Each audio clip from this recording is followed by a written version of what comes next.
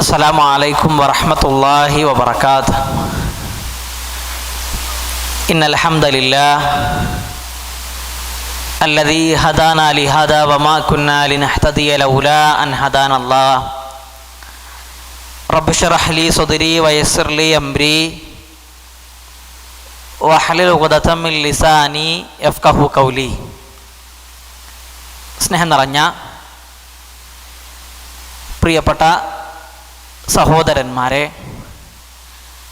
അല്ലാഹു സുബ്ഹാനഹു തആലയെ ജീവിതത്തിൻ്റെ എല്ലാ മേഖലയിലും സൂക്ഷിച്ചുകൊണ്ട് ജീവിക്കണമേ എന്ന് ആദ്യമായി എന്നോടും തുടർന്ന് നിങ്ങൾ ഓരോരുത്തരോടും ഉണർത്തുകയാണ്, വസിയ്യത്ത് ചെയ്യുകയാണ്. റബ്ബ് സുബ്ഹാനഹു തആല നമുക്ക് എല്ലാ ആളുകൾക്കും അതിന് തൗഫീക്ക് നൽകി അനുഗ്രഹിക്കുമാറാകട്ടെ. അൽ ഇത്ഖാൻ എന്ന് പറയുന്ന നമ്മുടെ പ്രോഗ്രാമിൻ്റെ കീഴിൽ വിശുദ്ധ ഖുർആനിലെ കഥകൾ എന്ന വിഷയത്തിലാണ് നമ്മൾ സംസാരിക്കാൻ വേണ്ടി തീരുമാനിച്ചിട്ടുള്ളത്. ഇൻഷാ അല്ലാഹ് അല്ലാഹു സുബ്ഹാനഹു തആലയുടെ തൗഫീഖ് ഉണ്ടെങ്കിൽ ഇന്ന് നമ്മൾ മനസ്സിലാക്കുന്നത് ബനൂ ഇസ്രായീൽ ജനതയോട് അല്ലാഹു സുബ്ഹാനഹു തആല ഒരു പശുവിനെ അറുക്കാൻ വേണ്ടി പറയുന്നുണ്ട്. അത് സംബന്ധിച്ച വിഷയങ്ങളാണ് ഇൻഷാ അല്ലാഹ് ഇന്നത്തെ ക്ലാസ്സിലൂടെ പറയാൻ ആഗ്രഹിക്കുന്നത്. റബ്ബ് സുബ്ഹാനഹു തആല പറയുന്ന കാര്യങ്ങൾ യഥാവിധമായി മനസ്സിലാക്കാനും ജീവിതത്തിൽ പകർത്തേണ്ട കാര്യങ്ങൾ ജീവിതത്തിലേക്ക് കൊണ്ടുവരുവാനും പറയുന്ന എനിക്കും കേൾക്കുന്ന നിങ്ങൾക്കും തൗഫീഖ് നൽകി അനുഗ്രഹിക്കുമാറാകട്ടെ. വിശുദ്ധ ഖുർആനിലെ രണ്ടാമത്തെ സൂറത്ത് ഏതാണ്? സൂറത്തുൽ ബഖറ അല്ലേ? സൂറത്തുൽ ബഖറയാണ്. എന്താ ബഖറ എന്ന് പറഞ്ഞാൽ? പശു എന്നുള്ളതാണ് അല്ലേ? മൂസാ നബി അലൈഹി സ്വലാത്തു വസ്സലാമിൻ്റെ കാലഘട്ടത്തിൽ ബനൂ ഇസ്രായീൽ ജനതയോട് അല്ലാഹു സുബ്ഹാനഹു തആല ഒരു പശുവിനെ അറുക്കാൻ വേണ്ടി പറഞ്ഞു. അപ്പം അത് സംബന്ധിച്ച വിഷയങ്ങളാണ് ഈ സൂറത്തിൽ കൂടുതലായിക്കൊണ്ടും വന്നിട്ടുള്ളത് എന്ന് നമുക്ക് കാണാൻ കഴിയും. എന്താണ് ഈ കഥ? ഈ അറുക്കാൻ വേണ്ടി അല്ലാഹു സുബ്ഹാനഹു തആല ബനൂ ഇസ്രായീൽ ജനതയോട് പറയാനുള്ള കാരണം എന്താണ്? അതിൻ്റെ കാരണം പഠിക്കുമ്പോൾ നമുക്ക് മനസ്സിലാക്കാൻ കഴിയും. ഒരു കുറ്റം തെളിയിക്കാൻ വേണ്ടി ബനൂ ഇസ്രായീൽ ജനത ചെയ്ത ഒരു കുറ്റം തെളിയിക്കാനാണ് അല്ലാഹു സുബ്ഹാനഹു തആല അവരോട് ഒരു പശുവിനെ അറുക്കാൻ വേണ്ടി പറഞ്ഞിട്ടുള്ളത്. അഥവാ ബനൂ ഇസ്രായീലിൽപ്പെട്ട ഒരാൾ കൊല്ലപ്പെട്ടു, വധിക്കപ്പെട്ടു. അതാരാണ് കൊന്നത് എന്നുള്ളത് ആർക്കും അറിയുന്നില്ല. ഒരു വിഭാഗം ആളുകൾ മറ്റൊരു വിഭാഗത്തിൻ്റെ മേലിൽ കുറ്റം ആരോപിച്ചു. ആരോപിക്കപ്പെട്ട ജനത ഞങ്ങളല്ല, ഞങ്ങളുടെ മേലിൽ ആരോപിച്ച ഇന്നാലിന്ന വിഭാഗമാണ് ഈ മനുഷ്യനെ കൊന്നിട്ടുള്ളത് എന്ന് മറ്റുള്ള ആളുകളും ആരോപിക്കുകയാണ്. അങ്ങനെ അവർ പരസ്പരം എന്ത് ചെയ്യാണ്?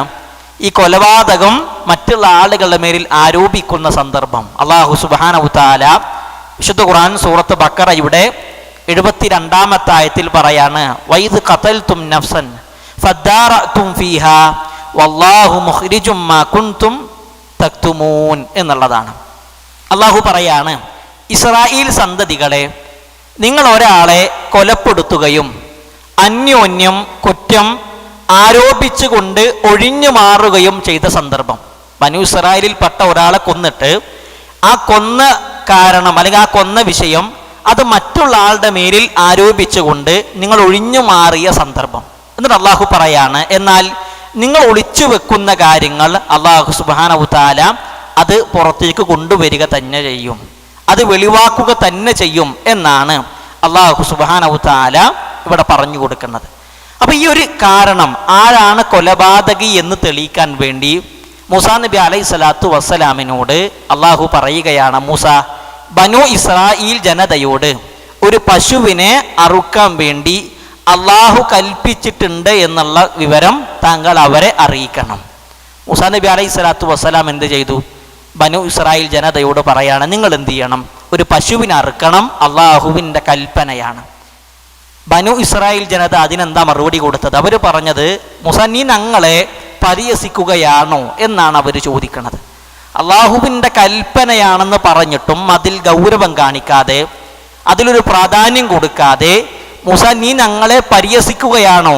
അവർ പറയുന്നത് മൂസ പറഞ്ഞ വാക്കാണ്. മൂസാ നബി അലൈഹി സ്വലാത്തു വസ്സലാമിൻ്റെ കൽപ്പനയാണ്, അള്ളാഹുവിൻ്റെ കൽപ്പനയൊന്നുമല്ല എന്ന രൂപത്തിൽ അവരതിനെ നിസാരവൽക്കരിക്കുകയാണ്. അവരിങ്ങനെ പറഞ്ഞപ്പോഴാണ് മൂസാ നബി അലൈഹി സ്വലാത്തു വസ്സലാം പറയാണ്, അഊദു ബില്ലാഹി അൻ അകൂന മിനൽ ജാഹിലീൻ. അല്ലാഹുവേ, ജാഹിലീങ്ങളായ ആളുകളുടെ കൂട്ടത്തിൽ നിന്ന് ഞാൻ നിന്നോട് രക്ഷ ചോദിക്കുന്നു, ശരണം ചോദിക്കുന്നു എന്ന് മൂസാ നബി അലൈഹി സ്വലാത്തു വസ്സലാം അവർക്ക് പറഞ്ഞ് മനസ്സിലാക്കി കൊടുക്കുകയാണ്. മൂസാ നബി അവസാനം പറഞ്ഞു കൊടുത്തത് എൻ്റെ കൽപ്പനയല്ല, അള്ളാഹുവിൻ്റെ കൽപ്പനയാണ്. നിങ്ങൾ എന്ത് ചെയ്യണം? പശുവിനെ അറുക്കണം. അപ്പോൾ പശുവിനെ അറുക്കാൻ പറഞ്ഞപ്പോൾ അവരുടെ രണ്ടാമത്തെ ഡിമാൻഡ് എന്താണ്? കാലു ദുഉ ലനാ റബ്ബക യുബയ്യിൻ ലനാ മാ ഹിയ. മൂസ, ഞങ്ങൾ പശുവിനെ അറുക്കാൻ വേണ്ടി അള്ളാഹു കൽപ്പിച്ചില്ലേ, അതേത് തരം പശുവാണെന്ന് നിന്റെ രക്ഷിതാവിനോട് നീ പ്രാർത്ഥിച്ചു, അഥവാ നിന്റെ റബ്ബിനോട് നീ ചോദിച്ച് മനസ്സിലാക്കുക എന്നുള്ളത്. അവർ പറഞ്ഞ വാക്കെന്താണ്? നിന്റെ റബ്ബ് എന്നുള്ളതാണ്. മൂസാ നബിയുടെ റബ്ബാണോ, അല്ലെങ്കിൽ മൂസാ നബിയുടെ മാത്രം റബ്ബാണ് അള്ളാഹു? അല്ല, ബനു ഇസ്രായേൽ ജനതയുടെയും റബ്ബാണ് ആര്? അള്ളാഹു സുബ്ഹാനഹു തആല. പക്ഷെ അവർ പറഞ്ഞ വാക്കെന്താണ്? മൂസ, നിന്റെ റബ്ബിനോട് നീ ചോദിച്ച് മനസ്സിലാക്ക്, ഏത് തരം പശുവിനെയാണ് ഞങ്ങൾ അറുക്കേണ്ടത്. അവരുടെ അഹങ്കാരാണ്, അവരുടെ ഒരു കുചുമ്പാണ് നമുക്ക് ഇതിലൂടെയൊക്കെ കാണാൻ കഴിയുന്നത്. അള്ളാഹു സുബ്ഹാനഹു തആല വിശുദ്ധ ഭൂമിയിൽ പോയി, അൽ-അർദുൽ മുഖദ്ദസിൽ പോയി യുദ്ധം ചെയ്യാൻ വേണ്ടി പറഞ്ഞപ്പോൾ അവർ പറഞ്ഞ വാക്കെന്താണ്? ഇദ്ഹബ് അൻത വറബ്ബുക ഫഖാതിലാ ഇന്നാ ഹഉനാ ഖാഇദൂൻ. മൂസ, നീയും നിന്റെ റബ്ബും പോയി യുദ്ധം ചെയ്തു. അപ്പോഴും പറഞ്ഞ വാക്കെന്താണ്? നീയും നിന്റെ റബ്ബും. ഇവിടൊക്കെ നമുക്ക് മനസ്സിലാക്കാൻ കഴിയുന്നത് എന്താണ്? ബനു ഇസ്രായേൽ ജൂതന്മാരുടെ കിബിർ, അഹങ്കാരം നമുക്ക് ഇവിടൊക്കെ വ്യക്തമാക്കി കാണാൻ കഴിയും. അപ്പോൾ അവർ ചോദിക്കാണ്, ഏത് തരം പശുവിനെയാണ് ഞങ്ങൾ അറുക്കേണ്ടത്? അപ്പോൾ അല്ലാഹു സുബ്ഹാനഹു തആല അവർക്ക് പറഞ്ഞു കൊടുത്തു, നല്ല പ്രായമുള്ളതോ അല്ലെങ്കിൽ തീരെ ഇല്ലാത്തതോ അല്ലാത്ത ഒരിടത്തരമുള്ള പശുവിനെയാണ് അവരറുക്കേണ്ടത്. അപ്പോൾ അങ്ങനെയുള്ളൊരു പശുവിന് പോയിട്ട് അറുത്താൽ മതി. പക്ഷെ അവർ വീണ്ടും ചോദിക്കുകയാണ്, വീണ്ടും പ്രയാസപ്പെടുത്തുകയാണ്, ഏത് ലൗനാണ്? എന്താ ലൗൻ എന്ന് പറഞ്ഞാൽ? ഏത് കളർ, ഏത് നിറത്തിലുള്ള പശുവാണ്? മഹാനായ ഇബ്നു അബ്ബാസ് റളിയല്ലാഹു അൻഹു പറയാണ്, അള്ളാഹു അവരോട് ഒരു പശുവിനെ അറുക്കാൻ പറഞ്ഞപ്പോൾ ഏതെങ്കിലും ഒരു പശുവിനെ അറുത്തിരുന്നെങ്കിൽ ഇത്ര ഒന്നും പ്രശ്നം ഉണ്ടാകൂല. പക്ഷെ അവരെന്ത് ചെയ്തു? തീവ്രത കാണിച്ചു. ഒരുപാട് തരത്തിൽ ന്യായങ്ങൾ പറഞ്ഞ് ചോദ്യങ്ങൾ ചോദിച്ച് പ്രയാസപ്പെടുത്തി. അപ്പൊ അള്ളാഹു അവരുടെ വിഷയത്തിലും തീവ്രത കാണിച്ചു എന്നാണ് മഹാനായ സ്വഹാബി ഇബ്നു അബ്ബാസ് റളിയല്ലാഹു അൻഹു ഈ വിഷയത്തിൽ സൂചിപ്പിച്ചത്. അപ്പൊ അവര് രണ്ടാമത്തെ ചോദ്യം ഏത് കളറാണ്? അള്ളാഹു പറയാണ്, മഞ്ഞ നിറമുള്ള, നല്ല മഞ്ഞ കളറുള്ള, അത് നോക്കുന്ന സമയത്ത് ആളുകൾക്ക് കൗതുകമുണ്ടാക്കുന്ന രൂപത്തിലുള്ള കളറായ മഞ്ഞ കളറുള്ള പശുവാണ് വേണ്ടത്. ഏതെങ്കിലും ഒരു പശുവിനെ അറുത്തിരുന്നെങ്കിൽ ഇതൊന്നും പ്രശ്നമില്ല. അപ്പം അവരോട് ആദ്യം പറഞ്ഞു, നല്ല പ്രായമുള്ളതോ തീരെ പ്രായമില്ലാത്തതോ അല്ലാത്ത ഇടത്തരമുള്ള പശു. കളർ ഏതാണ് വേണ്ടത്? നല്ല മഞ്ഞ കളറുള്ള പശു. ഇത് കേട്ടിട്ടും അവരെന്ത് ചെയ്യണില്ല? അത് സ്വീകരിക്കാനുള്ള ഒരു മനസ്സ് അവർക്കില്ല. അള്ളാഹുവിൻ്റെ കൽപ്പനയോട് പുച്ഛം മാത്രമായിരുന്നു ജൂതന്മാരായ ബനു ഇസ്രായേൽ ജനതക്കുണ്ടായിരുന്നത്. അവർ വീണ്ടും പറയാണ്, മൂസ, ഏത് തരം പശുവാണെന്ന് ഒന്നും കൂടി വ്യക്തമാക്കി തരാൻ നിന്റെ റബ്ബിനോട് നീ പറ എന്ന് മൂസാ നബി അലൈഹി സ്വലാത്തു വസ്സലാമിനോട് അവർ വീണ്ടും ആവശ്യപ്പെടുകയാണ്. അപ്പം അള്ളാഹു വീണ്ടും പറഞ്ഞു കൊടുത്തു, കൃഷി ആവശ്യങ്ങൾക്ക് ഉപയോഗിച്ചതോ വെള്ളം കൊണ്ടുവരാൻ ഉപയോഗിച്ചതോ അല്ലാത്ത പശുവാണ് വേണ്ടത്. കൃഷി ആവശ്യങ്ങൾക്ക് വേണ്ടി ഉപയോഗിച്ച പശുവാകാൻ പാടില്ല. പണ്ട് കാലങ്ങളിൽ കിണറിൽ നിന്നൊക്കെ ഒരുപാട് ദൂരത്തായിരിക്കും വെള്ളം ഉണ്ടാകുക. അപ്പോൾ അവിടുന്ന് അതിൻ്റെ പുറത്ത് വെള്ളം കെട്ടിവെച്ച് കൊണ്ടുവന്ന, ചിലപ്പോൾ ആടുമാടൊട്ടകത്തിൻ്റെ പുറത്തായിരിക്കും വെള്ളം വഹിച്ചു കൊണ്ടുവരിക. അപ്പം അങ്ങനെയുള്ള ഒരു പശുവാകാൻ പാടില്ല. ന്യൂനതയുള്ള പശുവാകാൻ പാടില്ല. അഥവാ കാലിന് മുടന്തുള്ളതോ ചെവി മുറിഞ്ഞതോ അല്ലെങ്കിൽ കൊമ്പിന് വളവുള്ളതോ അല്ലെങ്കിൽ പൊട്ടുള്ളതോ രൂപത്തിലുള്ള പശുവാകാൻ പാടില്ല. അതിന് ന്യൂനതകൾ ഉണ്ടാകാൻ പാടില്ല. അഥവാ നമ്മുടെ നാട്ടിൽ പറഞ്ഞാൽ വടി കൊടുത്ത് അടി വാങ്ങാന്ന് പറയില്ല, അതേ രൂപം തന്നെ. എന്തൊക്കെ പറഞ്ഞു കൊടുത്താലും അവർ സ്വീകരിക്കണില്ല. അപ്പം ഇതൊക്കെ ഇങ്ങനെ പറഞ്ഞു കൊടുത്തു.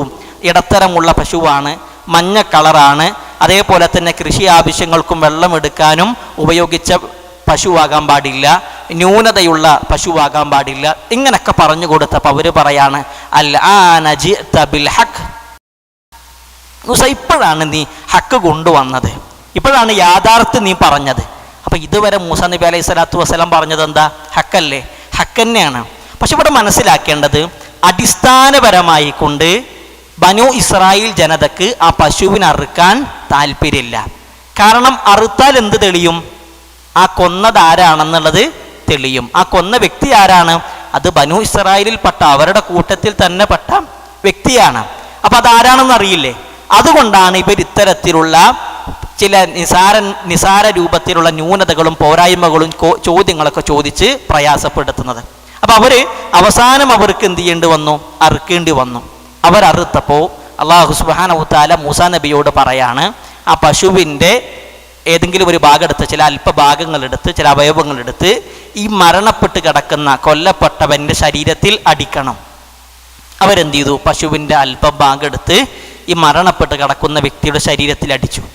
ശരീരത്തിലടിച്ച സമയത്ത് ഇയാൾക്ക് ജീവൻ വന്നു എന്നുള്ളതാണ്. അല്ലാഹു സുബ്ഹാനഹു വ തആല ഇയാൾക്ക് ജീവൻ നൽകി, അയാൾ ഹയാത്തിലേക്ക്, ജീവിതത്തിലേക്ക് മടങ്ങി വന്നു. എന്നിട്ട് ഈ കൊല്ലപ്പെട്ട വ്യക്തി അയാൾ പറയാണ്, എന്നെ കൊന്ന വ്യക്തി ഇന്നാലിന്ന ആളാണെന്നുള്ളത് വ്യക്തമായി കൊണ്ട് പറഞ്ഞു കൊടുത്തു. അപ്പം ഇങ്ങനെ പറഞ്ഞു കൊടുത്ത സമയത്ത് അവർ സ്വീകരിക്കല്ലേ വേണ്ടത്? പക്ഷെ ആ സമയത്തും അവരെന്ത് ചെയ്യണത്? അതിനെ അംഗീകരിച്ചില്ല.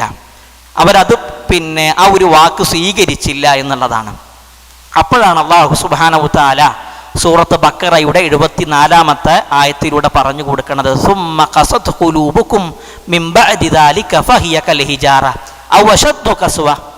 സുമ്മ ഖസത് ഖുലൂബുകും, പിന്നീട് നിങ്ങളുടെ ഹൃദയങ്ങൾ കടുത്തുപോയി. മിൻ ബഅദി ദാലിക, അതിനുശേഷം. ഏതിനു ശേഷം? ഈ സംഭവത്തിന് ശേഷം. അഥവാ ഈ മരണപ്പെട്ട് കിടക്കുന്ന വ്യക്തി അള്ളാഹു അയാൾക്ക് ജീവൻ നൽകി തിരിച്ചു വന്നു. എന്നിട്ട് അയാൾ പറയാണ് ഇന്നാലിന്ന വ്യക്തിയാണെന്ന് പറഞ്ഞപ്പോൾ അവരത് അംഗീകരിച്ചില്ല, അവരത് സ്വീകരിച്ചില്ല. കാരണം അവരുടെ കുടുംബത്തിൽപ്പെട്ട, അവർക്ക് വേണ്ടപ്പെട്ട ഒരാളാണത്. അപ്പം അള്ളാഹു പറയാണ്, ഇതിന് ശേഷം നിങ്ങളുടെ ഹൃദയം എന്ത് ചെയ്തിട്ടുണ്ട്? കടുത്തുപോയി. ഫഹിയ കൽ ഹിജാറ, ഹിജാറത്തിനെ പോലെ. എന്താ ഹിജാറത്ത് എന്ന് പറഞ്ഞാൽ?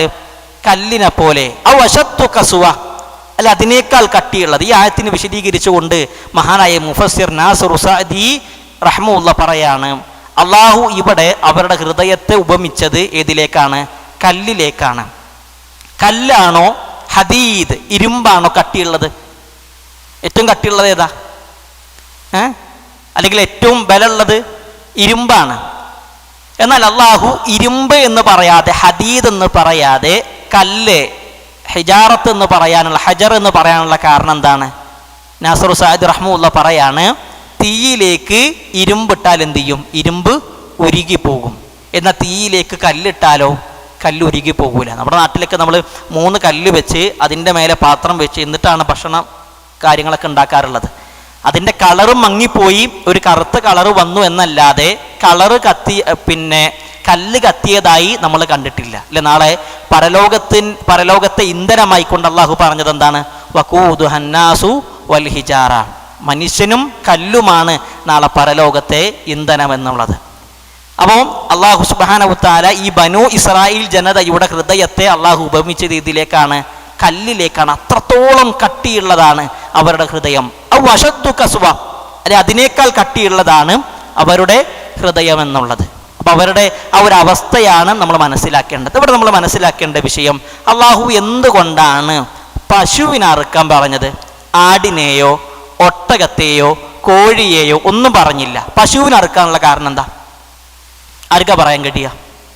പശുവിനെ അറുക്കാൻ വേണ്ടി അള്ളാഹു ഈ ബനൂ ഇസ്രായേൽ ജനതയോട് പറയാനുള്ള കാരണം വേണമെങ്കിൽ ഒട്ടകത്തെ പറയാം, ആടിനെ പറയാം, കോഴിയെ പറയാം, ഒന്നും പറഞ്ഞില്ല. എന്ത് പ്രത്യേകമായി പശു എന്ന് പറയാനുള്ള കാരണം?